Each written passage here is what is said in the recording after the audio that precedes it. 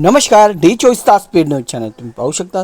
धुळे महानगरपालिकेत घरकुल हद्दीत असलेले काही अतिक्रमणाच्या संदर्भात आज एका युवकाने व त्याच्या कुटुंबाने महानगरपालिका आयुक्त यांच्या दालनामध्ये आत्मदहन केला। परंतु धुळे जिल्ह्याचे पोलीस कर्मचारी कॉन्स्टेबल पाटील जे आयुक्त साहेबांचे बॉडीगार्ड आहेत त्यांनी शूटिंग केली, पण त्या आपल्या स्वतःचे आत्मदहन करणारे लोक आहेत त्यांचा जीव वाचवण्याच्या पेक्षा त्यांची शूटिंग करत होते। ही आपली धुळे जिल्ह्याची पोलीस आहे का, हा देखील प्रश्न या ठिकाणी निर्माण होतोय। आज एका गरीबाचे घर तोडण्यासाठी अतिक्रम मोहीम या ठिकाणी राबवत होते, त्या संदर्भात त्यांनी आज या ठिकाणी आयुक्त कार्यालय या ठिकाणी आत्मदहन केले। त्याच्यासोबत त्याची पत्नी, कुटुंब, आई, बहीण संपूर्ण लोक या ठिकाणी उपस्थित असताना पोलीस कर्मचारी फक्त बघायची भूमिका घेत होते। तसेच काही अधिकारी व कर्मचारी त्या ठिकाणी आले, त्यांनी मध्यस्थी घेऊन त्यांना समजवण्यात आलं।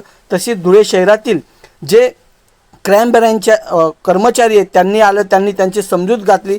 त्यानंतर त्यांना सांगितलं की आम्ही तुम्हाला आयुक्त साहेबांना भेटवतो, तुम्ही असं काही करू नका। त्या संदर्भात संबंधित जे मागणी मागणारे लोक आहेत त्यांनी त्या लोकांचे शब्द ऐकले व त्यांना समजवण्यासाठी संपूर्ण महानगरपालिकेचे कर्मचारी व अधिकारी व तसेच पोलीस प्रशासनाचे काही कर्मचारी येऊन त्यांना समजूत घातली। त्यानंतर त्यांची भेट माननीय उपआयुक्त यांच्या सोबत करण्याची त्यांनी देखील या ठिकाणी तयारी दर्शवली। त्यावेळेस संपूर्ण परिवाराने आयुक्त साहेब यांच्याशी चर्चा करताना यावेळेस आपले म्हणणे मांडले।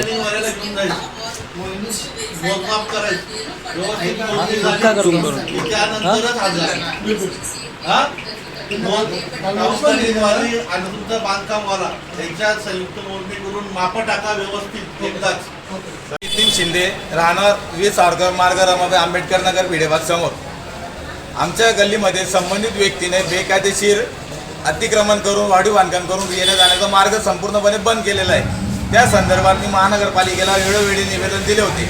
मी मागील 1 वर्षापासून चक्र मारत आहे, पण नगरपालिकेने माझ्या निवेदनाची कोणतीच दखल घेतली नाही।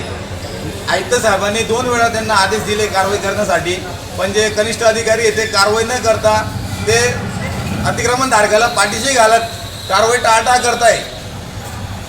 त्या संदर्भात 16 तारखेला आयुक्त साहेबांनी कारवाई करण्याचे आदेश दिले होते, पण 16 तारखेला काही कारवाई झाली नाही। अतिक्रमण अधिकारी, बांधकाम अधिकारी आले आणि ते परत चालले गेले। उलट ते मला अशी धमकी देऊन गेले की वो आम्ही पहिले तुझं घर पाडू, त्याच्यानंतर आम्ही अतिक्रमणाला त्यांनी वाढी बांधकाम केलं त्याचं घर पाडू म्हणे। मी त्यांना जा विचारलं, साहेब माझं घर तुम्ही का पाडताय, माझं कधी बेकायदेशीर असेल तर तुम्ही पहिले पाडा, मला नोटीस द्या कायदेशीर। नाही म्हणे नोटीस बिटीस काही देणार नाही म्हणे, पहिले आम्ही तुझं घर पाडू म्हणे मग त्याचं घर। म्हणजे याचा अर्थ असंच होता की ते माझा आवाज दाबण्याचा प्रयत्न करताय। कोण अधिकारी आले होते? अतिक्रमण अधिकारी, बांधकाम अधिकारी आणि नगररत्नाचे अधिकारी प्रसाद जाधव साहेब आणि हेमंत पावटे साहेब आणि नगररत्नाचे अधिकारी मोनिश पाटील साहेब हे म्हणजे माझ्यावरती दबाव आणताय की तू पहिले बेकायदेशीर घर बांधलंय। आम्ही